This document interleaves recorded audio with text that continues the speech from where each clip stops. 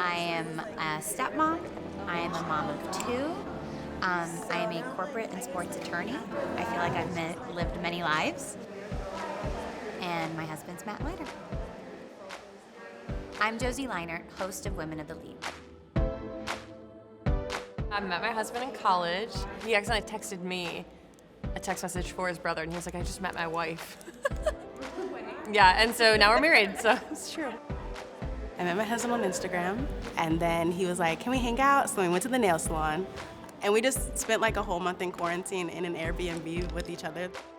So Dalton and I met in college, so I played basketball in Kansas, and he played football in Kansas. We both hit it off and ended up talking, meeting up, and the rest is pretty much history.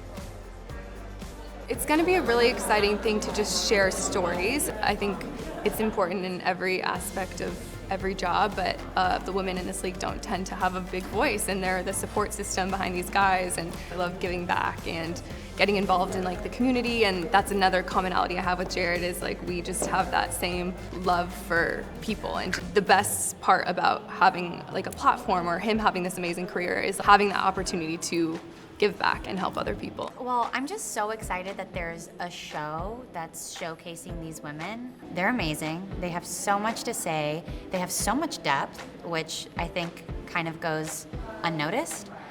So I'm really just excited to give them the microphone and put them on display.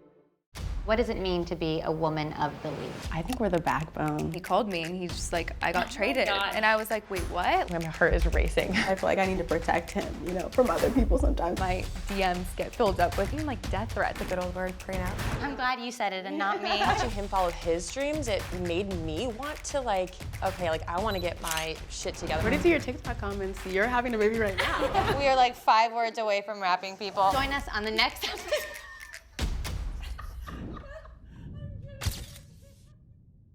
Hi guys. Welcome to the table. Hi, and welcome to Women of the League, a series created to give you an inside behind-the-scenes look at the realities of being a significant other in the NFL. I'm your host, Josie Leinart, and with me today is Miss Kim Jackson. Hello, everyone. Allison Rochell. Hi. Whitney Risner, and Christen Harper. Ladies, thank you so much for being here today. We have a lot to talk about. But first things first, look, we all know we love your husbands. We see them on our TV every Sunday in the fall. But we're here to get to know the women standing next to those men. So let's introduce yourselves. Who are the women of the league? My name is Kim Jackson. I'm married to 𝘬𝑆 Smith. We are with the Jets currently. He's a wide receiver, so we live in New Jersey right now. I really appreciate that having a platform has allowed me to have real conversations where people will text me asking for advice, and I'm honored that you want my opinion on what you're going through. So I just want to be a good role model and a good friend to women everywhere, and I think that this will be a great step for that. My name is Allison. 𝘞𝐿𝐴 or Rochell. I was going to say, are we going by Cooch or are we going by Rochell? Yeah, I'm married to 𝘬𝐿𝐴 Rochell, but my TikTok audience knows him as 𝘬𝐿𝐴. But he is in his 6th year in the NFL, plays for the Cleveland Browns right now. And so we're living in Cleveland. And I feel like as a woman of the league, a huge part of why I'm so passionate about talking about it and showing behind the scenes on social media and content.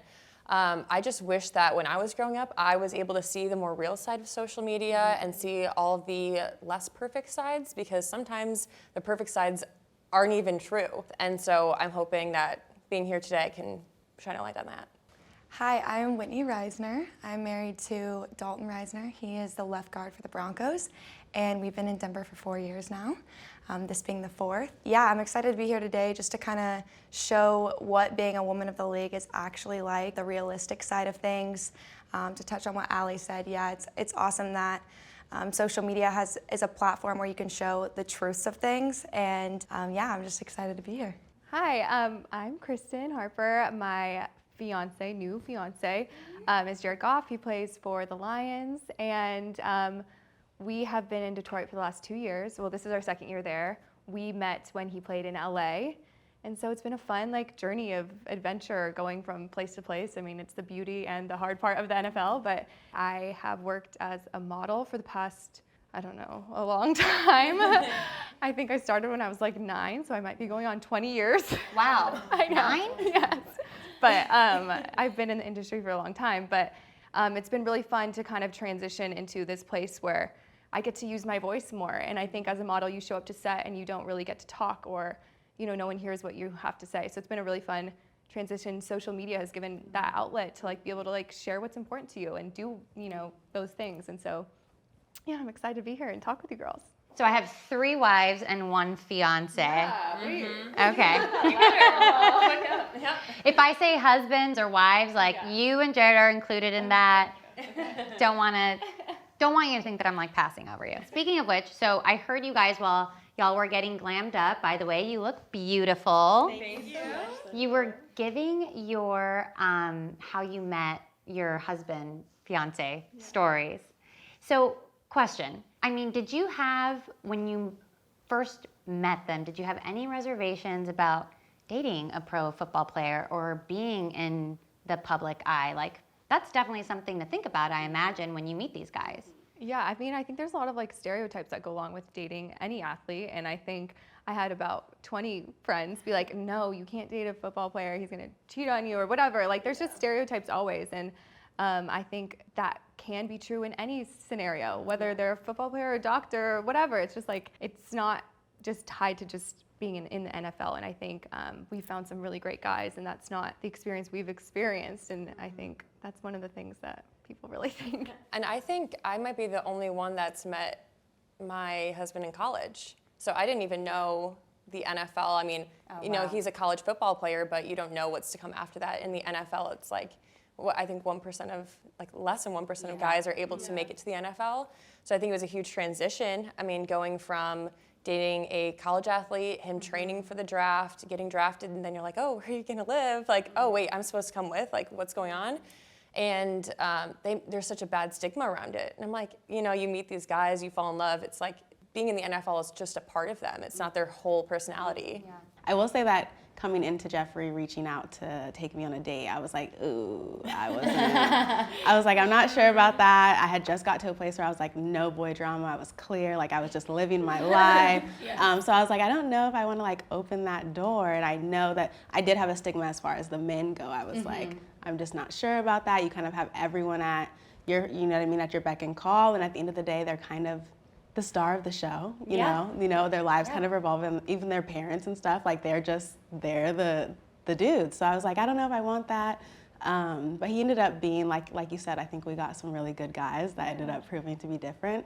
I guess I just didn't understand how much work being a wife was.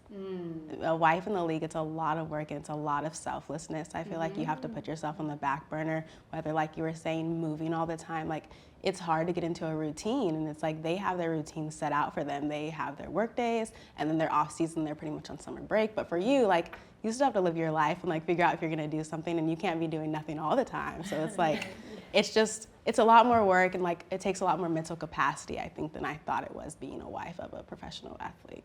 Yeah, I think like before, like unless you're in it, you kind of just see this, I mean, even the way like media has portrayed like women wives and girlfriends in sports, like it looks so flashy and amazing, and like, but there's just obviously so much more that goes on behind the scenes, and everybody's just seeing Sunday and they're not seeing like Monday through Saturday of all, like, or like after the game when the guys go home and they're beat up and stuff. It's like there's just so much more to it that I think doesn't get seen. So this show, not a shocker, it's called Women of the League. So what does that mean to you guys? What does it mean to be a woman of the league? I think we're the backbone. I think we hold the league together, really. Yes. Okay. I think just like we already touched on, at the end of the day, like the boys just need so much. I think football takes up so much of their lives that, like, at the end of the day, they're not thinking about buying groceries, and they're not thinking about how the toilet's gonna get cleaned, and like little things like I was out of town and I came back, I was like, this looks crazy. The toilet looks insane, and he's like, I just haven't had the time.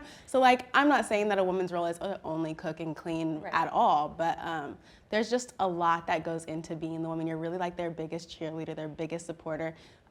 Mentally, like injuries and the politics of the team, and just, I know a lot of wives handle like all the finances, they handle paying all the bills and stuff like that. So it's a full-time job because you wear so many hats, and I just feel like it's an overwhelming life, and if you didn't have the backbone of the women behind the league, a lot of men would be in trouble. Yeah.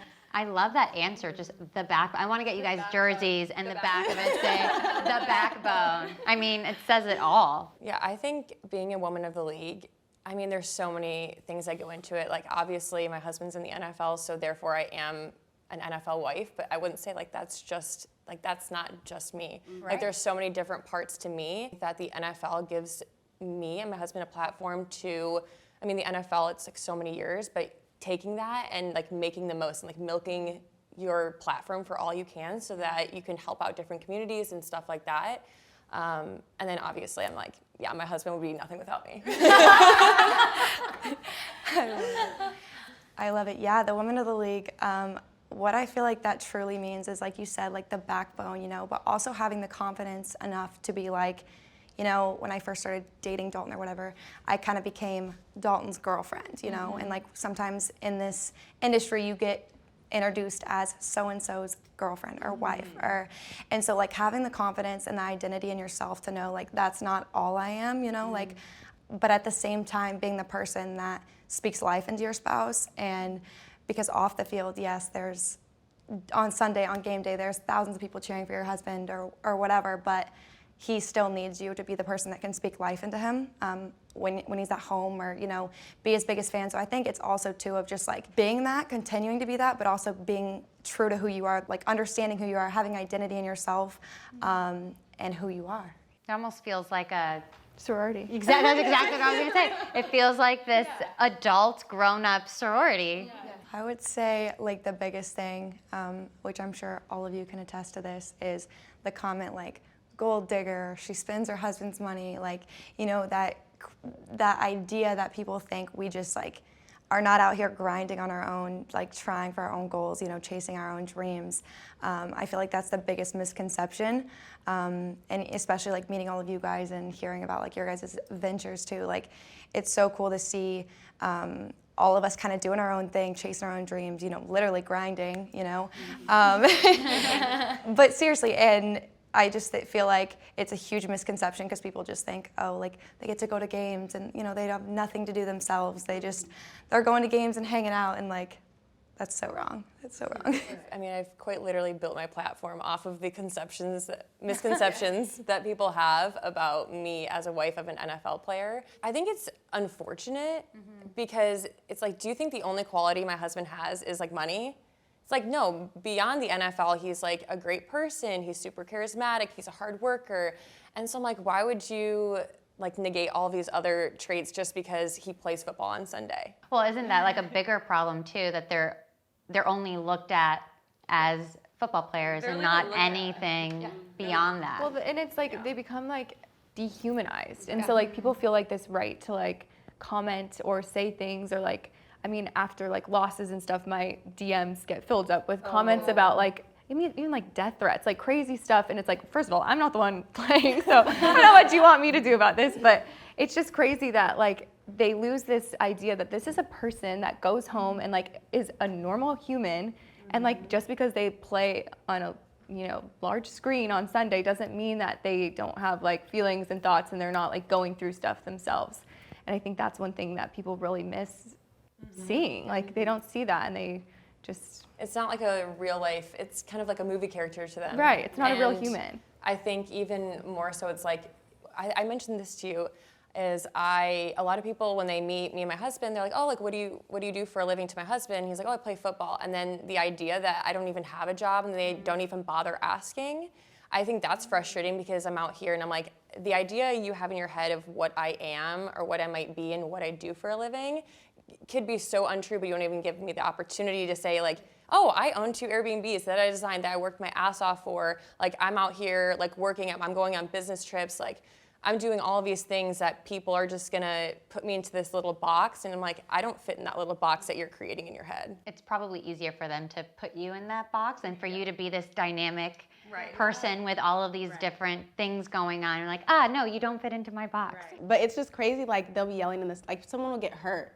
in the game. And like the fans are disgusting sometimes. Like they'll just say crazy things. They'll be like, cut him from the team. And it's like, you just don't understand that like these are just men. They're literally living out their dream. They've dreamed of this for years on years. Like if you're upset they're losing, they're probably upset they're losing as well. Like, and like, do you want to get on the field and try it? Like I just don't. Oh, that's the part where I'm just like, right, like did you make varsity in high school? right. So I just feel like they're not seen as people sometimes, and that's the biggest misconception. And then, like you guys are saying, we're just kind of like an accessory to them sometimes. We're just the face next to them, not necessarily like what you're doing too. Or I feel like it's hard for people to like think that like since their job is the NFL, since they like have a ton of blessings and make great money, they're like, okay, they can't have love and they can't have like football. Like they can't have a good job and they also can't be in love. Like I get that comment so much. They're like you would never be with him if it wasn't for the NFL. And it's like, so he can't have a good job and I can't just be in love with him too. Like what are you saying about him? Yeah, like the two just don't go together. It's crazy. And I think there's also like a misconception that it's all glamorous, right? That it is all fame, fortune, wealth, fun. It is in some aspects all of those things, but there's also, like you guys say, like it's a grind sometimes. Like the season is hard. Yeah, there's an off season, but the season is hard, and even the off season's not an off season. Yeah. Like, y'all never like really turn it off. So where do you think these misconceptions come from? Like, why do people have it so wrong? I think because these conversations like right here don't happen, and like we don't get to share our voice and share the other side of it and share what happens, you know, Saturday through or Monday through Saturday or whatever. There's so much more than just what we were saying than Sundays, and there is more. Like we're seeing this more on social media. We're seeing more behind the scenes, and we're seeing more guys also sharing their story. Like 𝘲𝐸𝐴𝐸, I feel like it's so cool to like see him behind the scenes, and I think it is starting to humanize these guys, and I think it's giving them, you know, people will have more empathy, but it's hard. They are in this position where they're getting a lot of money and they're in this successful career. So it is always going to be hard for people to ever feel bad for them because, you know, it's not life or death. No one's dying. It's, you know, but at the end of the day, it still can be hard. Like it doesn't make it any less hard. I think nail on the head. Social media, it's like 10 years ago, these guys didn't have a platform. You didn't know who their wife was, and all of the guys that were in the public eye were these big name people. So there are other guys in the NFL that, you know, might not be starting every single game or might not have stuck with the same team, but like they still have, you know, the job in the NFL. And I think that's where like the glamorous part may have played in, is that you only saw these big name guys so that you think the NFL is glamorous. Every NFL player is with a model. Maybe one. That's not totally right? Yeah, I think, and I love social media because of that. I think that sometimes social media, you can give off the same sort of energy, like everything is glamorous, it's perfect. But I also think now in like today's age, and like more so in the past year or two, is that you can start being vulnerable and sharing your life and start like breaking down these misconceptions. Do you think that because social media in that way is such a huge benefit, but where before you only got like this one version of this guy and this family and this wife, now you have a more dynamic insight to them. Do people, I mean, what are your comments like? Do people like that, or would they rather just kind of like put you on a pedestal and look at you? I think I like it. I feel like it's a mix of stuff though, like, cause sometimes I'll like share a problem on social media and people will be like, your life is so hard, like, oh my gosh, like and so it's like also finding that fine line of like, I'm not saying that my life is hard, I'm not saying that, I'm just sharing with you realistic problems that we go through too, because it's normal. People are gonna say whatever they want anyways, and so just do what you gotta do. And I mean, I feel like when I posted this video that went viral, and it was me shooting Sports Illustrated, and I missed Jared's game where they won their first game of the season, and all the comments were like, you're not even a supporter, you weren't there at the game. And I was like, what? Usually you guys are complaining because all I do is follow you around. So which one is it? Which one do you want? Because you can't get after me for both of them. Just be consistent at least. You're like, I'm out here working. Yeah, I'm trying to work. I'm trying to do what you guys tell me to do. So at that point, you just throw up your hand and like, you can't win. And like, you just gotta like somehow learn to block it out. And I feel like sometimes it's hard though, because it is like, you feel it, but you just gotta figure out a way to just like, do what you do and shut out the noise. The guys are really good at that, I feel like. They are. They have way thicker skin than I do, for sure. Yeah. I also couldn't imagine, like, I always tell him I feel like with content creating, I'm like, I can overlook all of that. Like I can, you know what I mean? I can ignore it. But with you, it's like you're grinding for your job and people are talking about your performance. So like, I just couldn't imagine that. Yeah, I feel like Jared gets a lot of social media hate, and I think it's for him.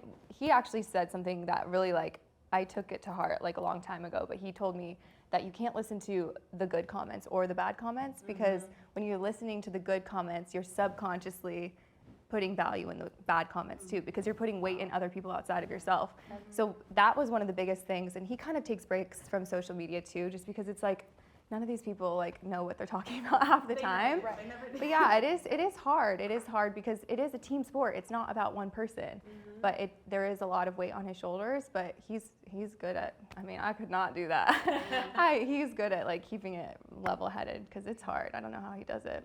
The good definitely outweighs the bad. I have like a little folder on my phone of like screenshots I've taken when people send me nice messages. Yeah, and they're so sweet. They're so sweet. Like people will just send you the longest messages about like things that you would just never even think of. You have no idea, like you said, posting just like a quick video that you really didn't even think anything of, and they're just like, this really helped me, or like I was struggling with this, or like people will come with like relationship problems and be like, how do I deal with this? And I'm just like, that will outweigh the negative all the time. It's just like, I don't want the negative to ever outweigh or cloud the good that also comes with it. And just knowing that you have so many girls and women that like look up to you, and like if you have that many eyes on you, you just have that responsibility to help out and just be positive and just whatever.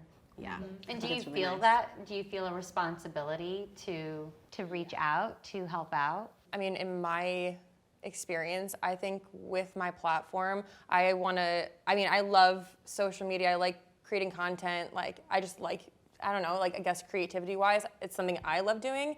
But if I can put a smile on somebody's face or make them feel less alone, or this year, like, I started doing ticket giveaways, and I'm giving away like 2 Browns tickets to every game for people who have never been to a Browns game before. I'm just like, there is a bad side of social media, but I'm starting to realize like giving those people attention is just like hyping them up even more. And like, why not give the people who are supportive and understanding and like see you as a light, give them more credit and start giving them more attention. What's the feedback that you're getting on social media when you post about �girlsing? It's really good. I've done a lot like with nonprofits over the years, and I used to not share for the fear of people thinking I'm only doing it for attention and like to say I'm a good person. So I just wouldn't post it because I didn't want people to think that. And then I realized how many more like lives you can touch and how much more you can inspire people to like give back in their own community when you post. So I think from there, then I started posting more about it, just because even just one person getting inspired to do something is like well worth the whatever pushback of. Isn't that crazy that like you like volunteering can be like a bad thing to some people? Right. Or like they can find like something bad in that? That's insane. So we tithe all of our money to a joint savings account, and we just like, as we see causes that we feel like we want to support, we just pull out of that. So I say all that to say that we were going to like make backpacks and stuff for like homeless people and stuff.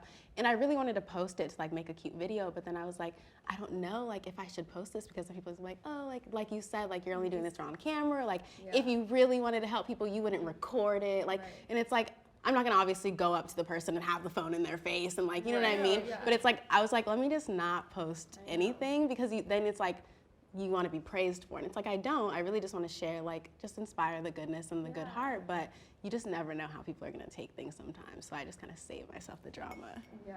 So, and we're going to talk about this later, but why post on social media? Like, why not just throw your hands up in the air and be like, all right, I am just done with this?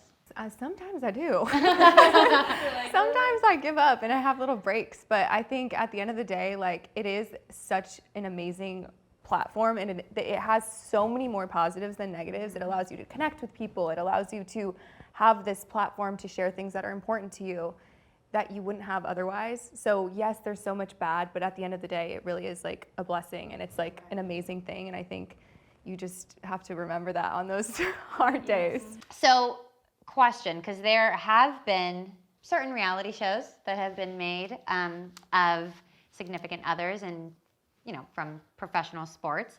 Very different than the show that's being created here. I imagine that the misconceptions that we're talking about, you know, are just perpetuated by that. So like, how has that shaped the misconceptions that you guys deal with on a day-to-day basis? I feel like, first of all, like, people are always asking me, like, what's the drama on the team? I'm like, what do you mean? I'm like, what? And then I'm realizing that they're going back to like certain shows that kind of just like portrayed like this drama going behind the scenes the whole time. And I'm like, it's really not that exciting. I wish we had some more drama for you. Like, what's the tea? Like, do you have any tea with any other wives? Like, you don't like them? I'm like, what? No. It's not high school, I guess. And while there is obviously there's obviously gonna be people who get along more and don't get along more, or hang out more and stuff like that. It's not like the elitist socialite group of like a private, like we said, it is sorority in some ways, but not in others. So it's just, it is not that exciting. It's exciting because of that we have the opportunity to be in the NFL, but there's just not a lot of drama. And I feel like for the most part, we're all pretty grown. So it's like, what do we look like really caring about what you have going on in that aspect? The reality shows of women has, I feel like that's the issue, is like maybe that's why people have this misconception of like, you have designer bags, you take private jets. I'm like, I wish I could take a private jet. I'm sorry. Never in my life. And it's like kind of the viewpoint of like designer bags and like $1 million houses and all this, and people will leave comments that are like, you live in an apartment? And I'm like, yeah. Like, what do you mean I live in an apartment? So we know that these ideas are put out there, that there's so many misconceptions about you guys. What are you doing to change the misconceptions that have been perpetuated by these shows? Crying on the internet. No, I think that's what my social media is about. Like, what started as like, oh yeah, like sure, I am a gold digger. Like, let me just like act like I am for a minute.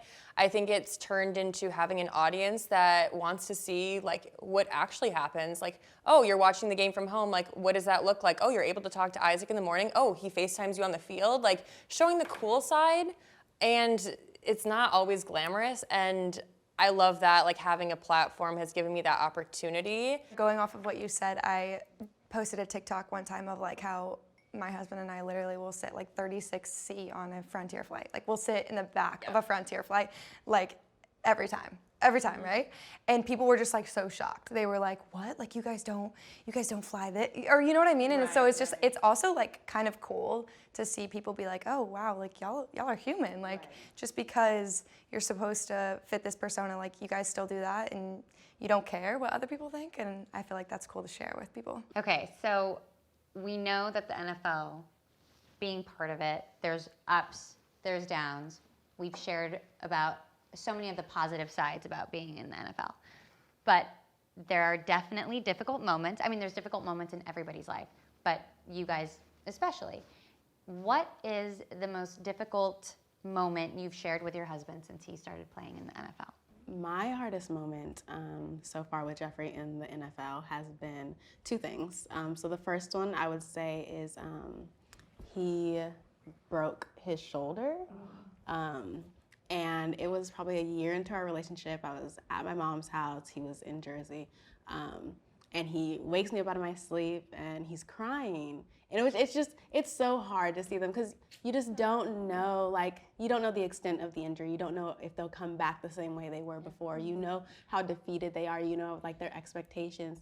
And he was just like, I broke my shoulder. And I was just so sad for him because I just know how much rides on it. And then he ended up playing on that same, the broken shoulder for like 7 games. And they would just give him like a bunch of pain medicine before, and then he would just have to go out there, and I would just like watch him get hit, like just smacked into, and I'd be like, I know that your shoulder is broken, like you're still putting your entire body on the line.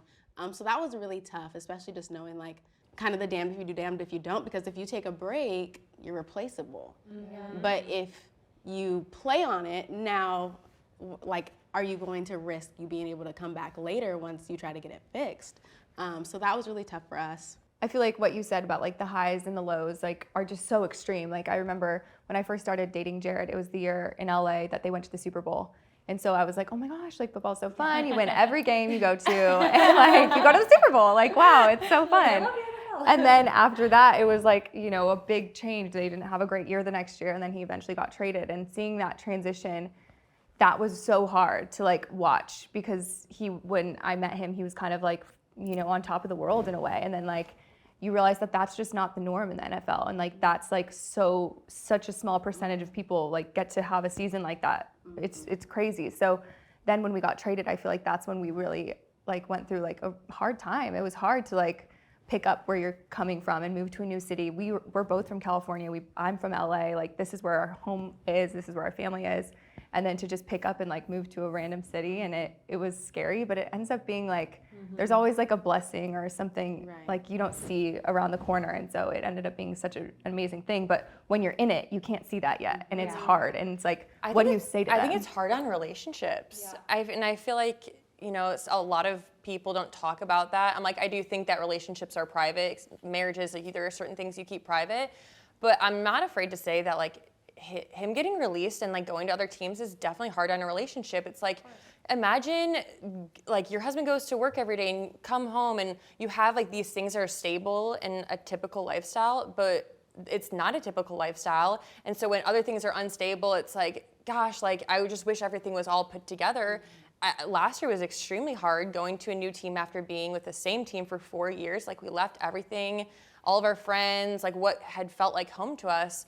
And sometimes you don't feel like you belong, and it's hard on one another. And I think that's really difficult, and nobody really talks about that. And like when they're stressed and their mind is somewhere else, it's hard to like, you know, go on a fun date night. Like it's like that stuff becomes less important. Like it's like there's so much going on, and it's hard to like find that time to like focus in on the relationship and foster that when shit is crazy. You're like, I know you just lost 45-0 yesterday, but I want to go out to dinner.